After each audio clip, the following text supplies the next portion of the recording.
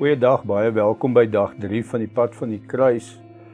Hierdie gedeelte seën my so as ek dink aan Rahab wat so half uitgeskei was in haar gemeenskap en hoe sy eintlik deur God aanvaar is.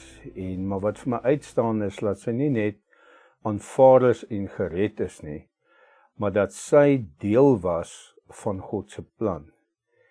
En baie keer het 'n oue verlede met gebrokenheid en het daar goeders gebeur wat nie lekker was nie.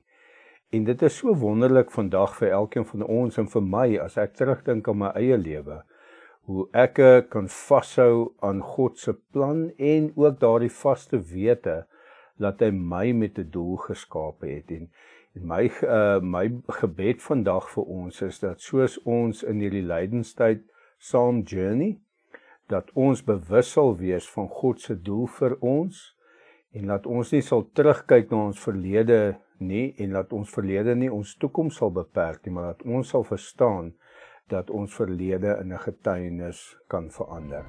Kom ons bid saam.